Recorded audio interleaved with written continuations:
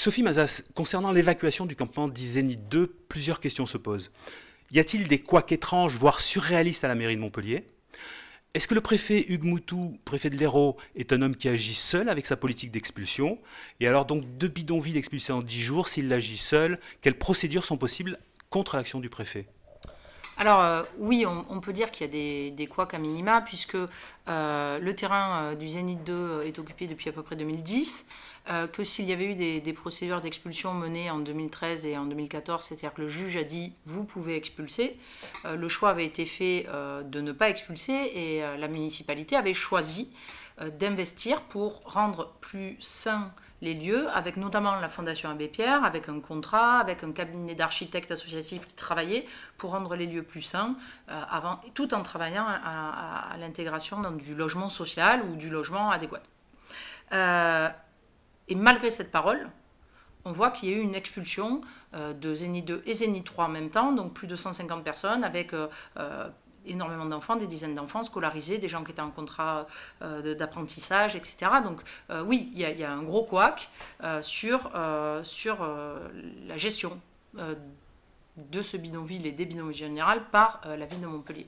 En tout cas, il y a des paroles et les actes ne sont pas conformes à cette parole. Pour savoir est-ce que le préfet agit seul, je ne sais pas, mais en tout cas, je constate qu'il arrive à imposer ses choix à la mairie, qui en l'occurrence est propriétaire. Donc la mairie avait fait un choix, assainir le bidonville et aider les gens à vivre mieux.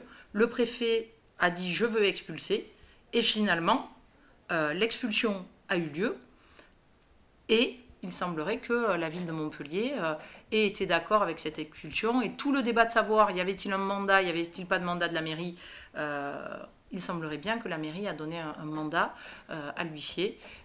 Et donc, dans ce cas-là, il n'y a aucune illégalité du préfet de l'Hérault, qui a juste réussi à imposer ce qu'il souhaitait faire.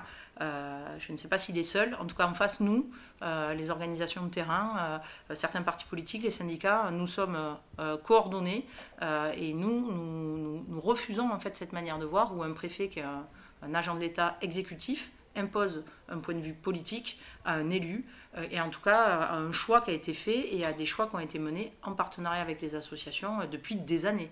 C'est quand même une situation assourdissante parce qu'il y avait une volonté politique, un bouclier social. On sait les conditions de relogement, si elles sont adéquates ou pas?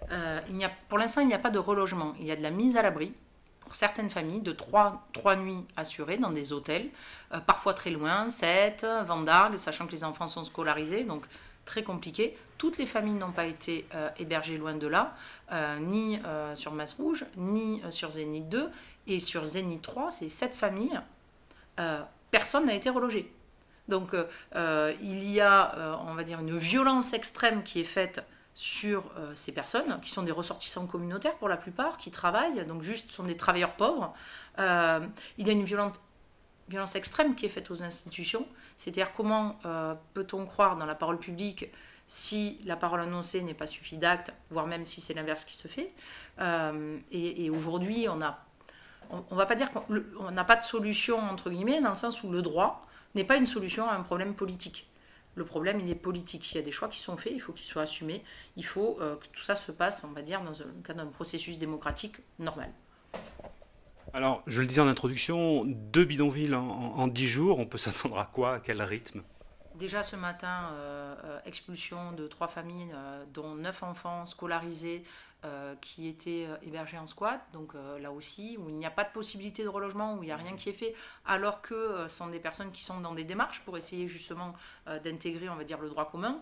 Et puis, malheureusement, on aimerait effectivement que les gens qui travaillent sur ces questions s'engagent fortement et que on va dire, cette chasse à la pauvreté, cette chasse à ces enfants en fait, qui se retrouvent au moment de la rentrée scolaire complètement évincés de tout ce travail qui a été fait, qui est un travail long, on voudrait que ça s'arrête.